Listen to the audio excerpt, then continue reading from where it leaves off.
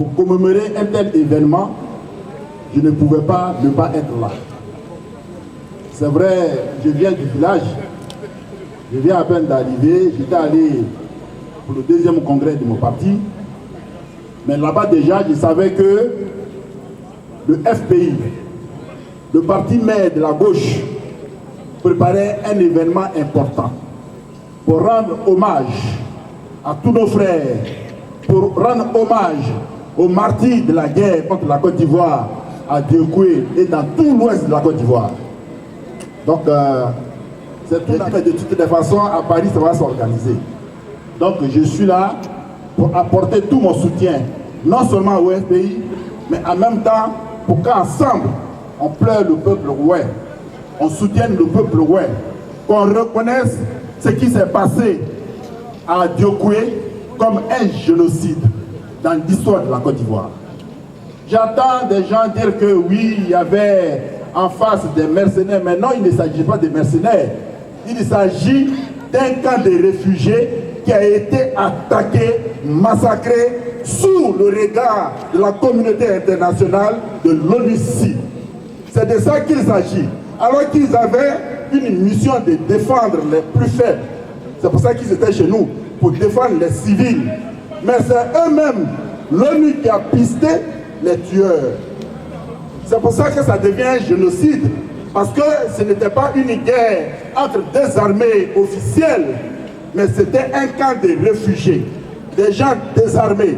Un camp gardé par l'ONU qui a été attaqué sous le regard de la France, c'est-à-dire de la licorne, sous le regard de l'ONU, c'est-à-dire de l'ONUCI, qui avait une mission de protéger ces personnes désarmées. C'est de ça qu'il s'agit. Mais tant que nous sommes là, l'histoire ne sera pas tronquée. Je voudrais remercier la représentation du FPI France qui a organisé cette grande manifestation, cette importante manifestation, et je suis heureux d'être là pour dire ma part de vérité sur ce que la Côte d'Ivoire a connu. Je voudrais vous remercier.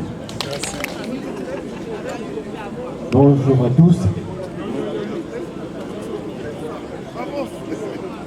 Monsieur le Président fondateur du Front populaire ivoirien, Son Excellence Laurent Koudou-Gbagbo. Madame la représentante du Front populaire ivoirien, Madame Georgette Nekalo. Président du parti politique, mouvement associatif et de la société civile, honorable invité en vos rangs, grades et qualités, ivoiriennes, ivoiriens, amis de la Côte d'Ivoire. C'est au nom de la délégation générale du PDCI Paris-Île-de-France que j'ai l'honneur de représenter et en mon nom personnel que j'adresse mes sincères salutations pour cette invitation qui nous a été adressée par Madame Georgette Nekalo, la représentante du Front populaire ivoirien France, à l'occasion de la fête de la liberté, instituée depuis 1990 pour marquer l'avènement du multipartisme et la fin du parti unique par votre parti politique, le Front populaire ivoirien. Nous sommes venus vous apporter tout notre soutien, notre compassion à ce moment de recueillement, de solidarité et de souvenir aux victimes du génocide perpétré en 2010-2011. Nous nous inclinons devant la mémoire de tous nos martyrs, car chacun de nous a au moins perdu un parent, un ami ou une connaissance proche. Ensemble, nous disons et employons le slogan « Plus jamais ça dans notre pays ». Plus jamais ça dans notre pays. Plus jamais ça en Côte d'Ivoire. Nous ne pouvions terminer notre message sans vous apporter l'honorable soutien de notre chef, Son Excellence Aimé Henri Konan Bédié, président du PDCI RDA, qui me charge de vous apporter ces sincères et chaleureuses salutations. Ni la nation, ni le territoire, encore moins la République que nous tentons de bâtir, n'a ni de sens, ni de valeur. Nous remercions le PDCI d'avoir choisi le bon camp, le camp de la démocratie, le camp de la liberté, le camp des Ivoiriens. Merci pour votre présence très remarquée. Merci bien.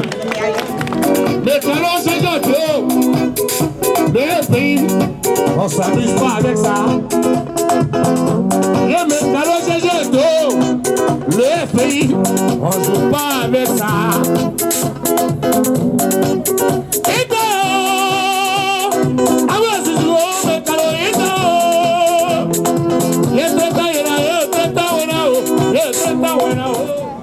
Le pays Oué, cette région qui a subi d'atroces douleurs, d'intenses souffrances, Diokoué, ville martyre, Diokoué, victime de vives humiliations, de traitements inhumains et dégradants.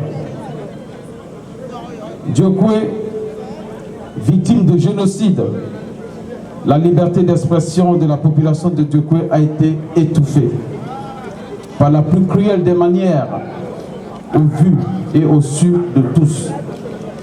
Je veux parler de la CEDEAO, de l'Union africaine, de la communauté internationale et la défense des droits de l'homme. Je remercie la représentation du FPI en France pour la pertinence du lieu choisi pour dénoncer cette terrible injustice. En effet, l'UNESCO vise à favoriser la liberté d'expression, à contribuer au renforcement de la paix, du développement durable des droits de l'homme. Mais avec le jour, le soleil. À l'Union des nouvelles générations, nous disons, chers alliés, le combat continue. Que Dieu bénisse la Côte d'Ivoire. Que Dieu bénisse Diokoué. Afin que le génocide Oué soit reconnu. Afin que le peuple Oué obtienne réparation et soit réhabilité de manière effective. Vive le pays. Vive l'ONG. Vive la Côte d'Ivoire. Vive le président Stéphane Keplé. Je vous remercie. Merci au FPI du président Laurent Gbagbo. Merci à la représentante, Madame Mekalo Georgette. Et merci à tous les camarades qui sont là, tous les Ivoiriens qui sont là. Ils ont été tués de partout. Mais ça a été plus atroce dans une région précise, qui est l'Ouest-Ouest. J'ai une forte pensée pour toutes les victimes de cette guerre, qui ne dit pas son nom. Lorsque le 27 avril dernier, pendant la fête de la liberté, je voyais ces fosses communes qui étaient montrées par les camarades qui sont là-bas, qui sont là-bas. C'est comme si on remuait le couteau dans la plaie, où on a trouvé des gens qui n'ont même pas de radio chez eux pour savoir ce qui se passe dans la capitale, dans la ville, pour savoir ça, qui a été massacré juste pour un pouvoir. J'ai une forte pensée, comme je le dis, pour toutes les victimes de Côte d'Ivoire. Mon cœur saigne, il continuera à saigner. Des gens ont été découpés. Merci à vous, nos parents qui êtes là. C'est un crime qui ne doit pas rester impuni. C'est un crime dont on doit parler. Parce qu'on dit qu'il y a eu 3000 morts officiellement. Alors, puisqu'il y a 3000 morts, comment se fait-il que les nouveaux gouvernants célèbrent ou commémorent cette victime? Les 2993 là, ce n'est pas des êtres humains? On n'a pas le droit de parler, d'exprimer. En Occident, parler, c'est une thérapie. Lorsqu'on parle, on extériorise ce qui est enfoui en nous. Mais en Côte d'Ivoire, le ouais, il est même serré à la gorge, qui ne doit pas parler de ce qui lui est arrivé. Je pense que nous allons revenir devant l'UNESCO un jour de semaine pour le leur dire. Merci beaucoup. Mati, le Front populaire ivoirien est aux côtés du peuple ouais. On se suit. Ne touche plus à ce pays. Je ne touche plus à ce pays-là. Allez, on se suit. On se suit.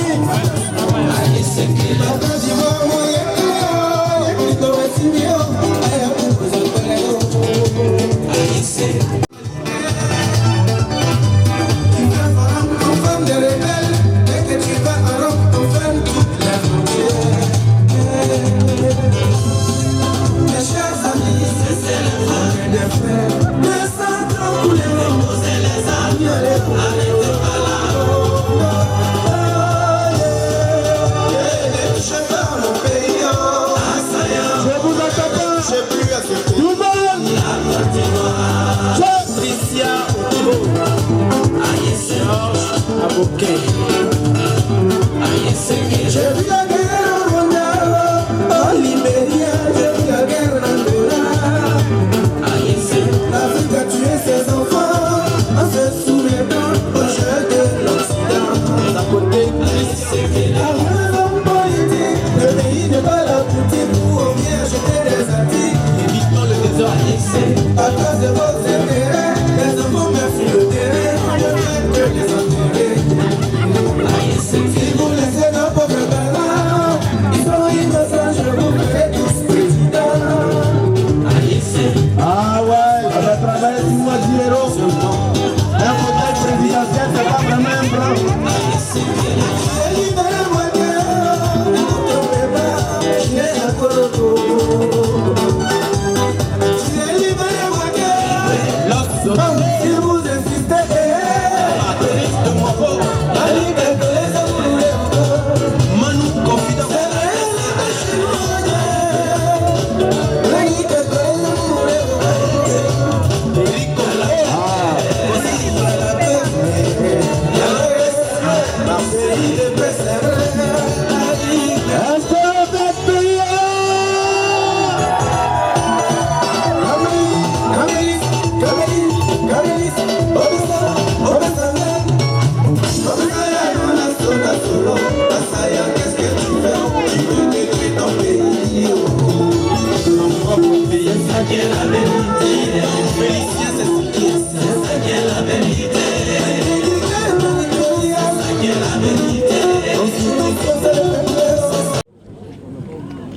Alors, la fin de la liberté de cette année, elle est particulière, nous l'avons déjà dit. Elle est particulière en ce sens que le thème est particulier. Je te gêne un peu, mais pardon. Des gens m'ont appelé pour dire, mais pourquoi faire de la liberté? Babo Laurent n'est même pas encore libre, et puis le FPI fait faire de la liberté. La fête de la liberté a un autre sens que celui que vous donnez. Je vais de façon succincte vous expliquer un peu pourquoi nous fêtons cette fête. La date, c'est le 30 avril en fait. Lorsque le 30 avril tombe un week-end, nous la fêtons obligatoirement ce jour. Je ne vais pas rentrer dans les détails. Vous avez dû entendre des personnes comme Ernest Boka, mort en prison, la construction de la prison d'Assabou. Assabou, c'est un quartier de Yamoussoukro, qui est donc du village du président Houphouët-Boigny, et où tous les opposants étaient envoyés. Des personnes comme l'avocat Dinyambayi, et donc jusqu'en 1966, on arrive au parti unique, qui est le PDC. Plus d'autres partis en Côte d'Ivoire, et beaucoup d'entre nous, quand on est né avec le PDC, on ne connaissait pas d'autres partis. Donc, Les velléités donc ont commencé à se lever. Bien avant Bobo Laurent, il y a eu d'autres. Hein? Il y a eu les Adi Zaourou, il y a eu pas mal. Mais c'était jamais allé plus loin. Et puis, de 70 à 72, il y a eu Krangbe Yangwe, qui lui voulait coûte que coûte que son parti, qui était, je crois, le parti national africain, voilà, le PAN, voilà, PAN AMRC, s'installe. Et la suite, on la connaît. C'est les villages guédiers qui ont été rasés. Les autorités ivoiriennes d'alors ont transformé cela en crise pétée. Et donc, c'était des morts. Les villages guédiers qui ont été rasés, qu'on a ajouté derrière la Pota. Parce qu'il faut toujours dire que quand on vous dit dans le guédier, il ne s'est pas toujours trouvé où il se trouve actuellement, non. Ils ont été déplacés. Ils se sont retrouvés là-bas à partir de 71-72. Et donc, on va commencer l'avènement de Laurent Gbagbo, professeur qui, au lycée classique, va commencer à tempêter pour dire non, il faut qu'il y ait le multipartisme. C'est prévu dans notre constitution en avril 1990. Le pays donc qui est à l'origine de ça trouve qu'il faut que ça soit commémoré pour la jeunesse, pour l'avenir, pour comprendre pourquoi. Juste pour un multipartisme, on peut tuer, on peut emprisonner, on peut raser des villages. Avant la carte du PDCI, elle était obligatoire. Oui. Quand tu voyages, tu peux ne pas avoir ta carte d'identité nationale, on s'en fout. Il faut montrer ta carte du PDCI. Si tu as seul le multipartisme, tu peux mettre fin à tout ça. Voilà pourquoi nous fêtons le 30 avril, date à laquelle il faut enfin accepter le multipartisme.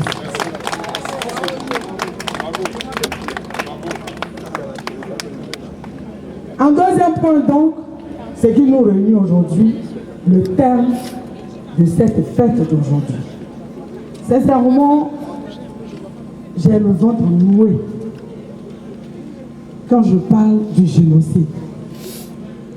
Avant d'y arriver, je voudrais dire merci à tous les camarades qui sont sortis, et particulièrement aux partis politiques. Tous les partis politiques qui sont passés ici, je voudrais leur dire merci. Le premier à prendre la parole, c'était l'UNG.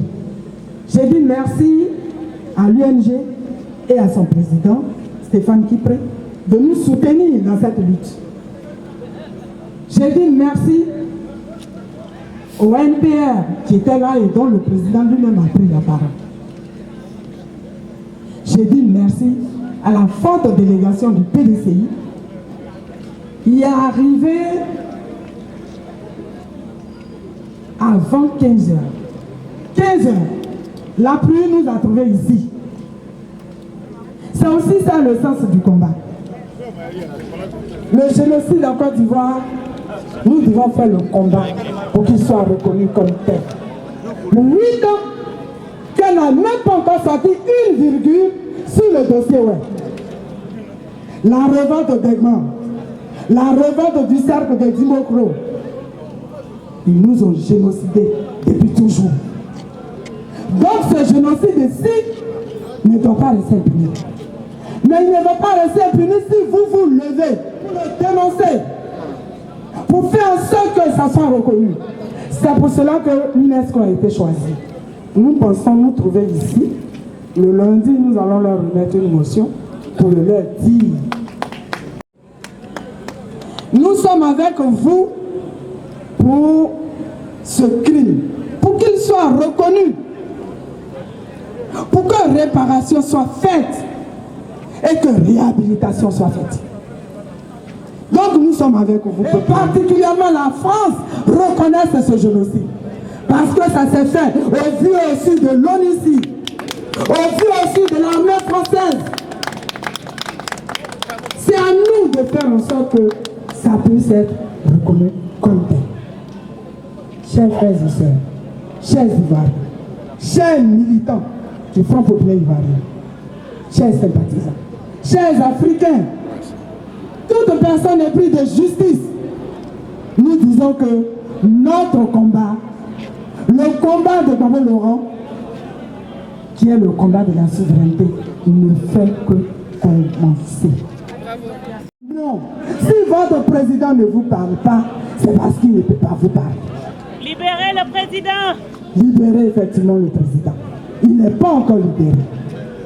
Donc notre combat, il continue. Il continue. C'est lui-même qui dit le serpent n'est pas encore mort. Il ne faut pas jeter le bâton. Mais nous allons continuer notre lutte. Parce qu'il faut que nos leaders rentrent chez eux. On ne peut pas les maintenir ici sous prétexte de je ne sais quoi.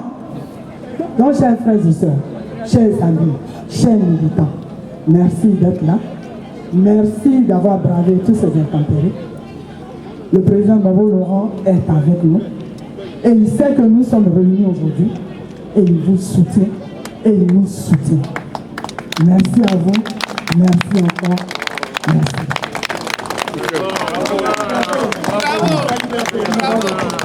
Merci.